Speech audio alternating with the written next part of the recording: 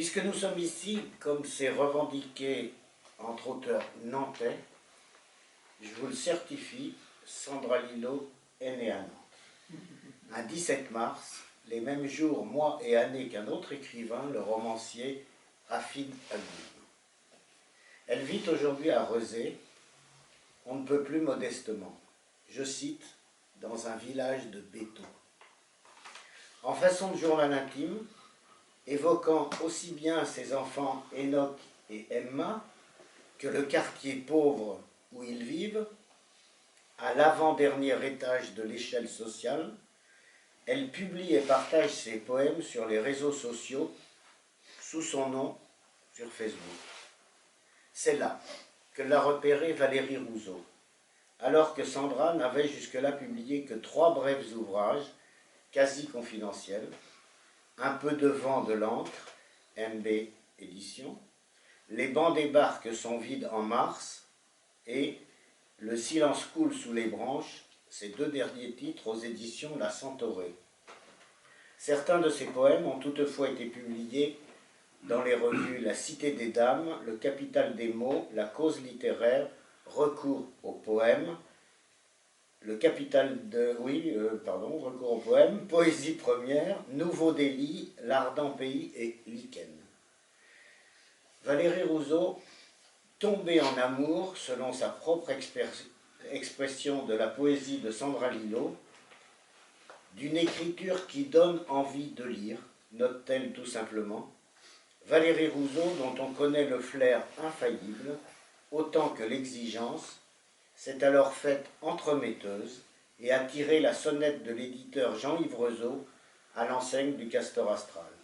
Résultat, quelques mois plus tard, c'est-à-dire en octobre dernier, paraissait un nouveau recueil intitulé, puisque Sandra aime les titres phrases, Les bonbons pleurent. Je cite, « Une étoile est née », dit encore l'autrice de Parevoir et de Vrouze, par ailleurs traductrice notamment de Sylvia Plath et de William Carlos Williams. Valérie, si circonspecte face à tant de poèmes qui s'écrivent aujourd'hui et qu'elle qualifie d'interchangeables. C'est qu'elle a donc reconnu chez Sandra Lillo, c'est une voix nouvelle, unique, je cite, incomparable. L'écriture de Sandra Lillo est d'une très grande simplicité, en même temps qu'elle échappe à toute facilité. Ainsi peut-elle renvoyer aux grands Américains Raymond Carver, Richard Brautigan, Charles Bukowski ou Jim Harrison. Mais une touche pointilliste très personnelle glisse entre ces mots de tous les jours une belle part d'inattendu.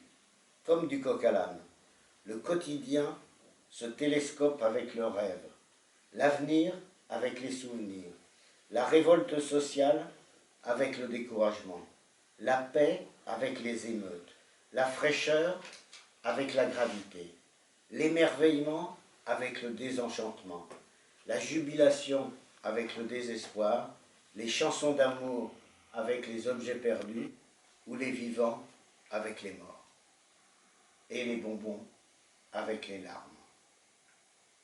Un mélange d'étoiles et de boue, écrit-elle. On aura compris qu'il n'y a pas la moindre prétention dans ces poèmes, comme il n'y en a pas davantage chez celle qui les écrit. Sandra sort peu, sauf pour aller dans les librairies et les médiathèques, et lit beaucoup. Ici, Emily Dickinson, là, Thomas Vino, ailleurs, Arthur Rimbaud, Thierry Radière et, bien sûr, Sylvia Plath, William Carlos Williams et Valérie Rousseau. Il suffit de regarder la pile de livres posée sur sa table basse. Il suffit de regarder la pile de livres posée sur sa table. On a dit 10 minutes, mais on joue aussi chaque phrase. Les mondanités, la fréquentation de quelque coterie littéraire que ce soit, ce n'est pas pour elle. En cela, et ici, elle peut nous rappeler feu le presque invisible Guy Bellet, poète nantais qui ironisait ainsi « Les curieux ne me verront pas ». Sandra, bien sûr, n'a pas claironné sur sa page Facebook son invitation aujourd'hui à la ruche. Elle a préféré partager 10 images de l'artiste Cécile A. Holban, dite Vinca Alba Minor, laquelle a réalisé la superbe couverture, la superbe et délicate illustration de couverture des Bonbons Pleurs, ce recueil dans lequel on ne trouvera pas la plus petite faiblesse et qui s'ouvre par ce simple poème. Tu ne me vois pas, alors je te le dis, j'écris, je suis dans la petite zone avec de la lumière.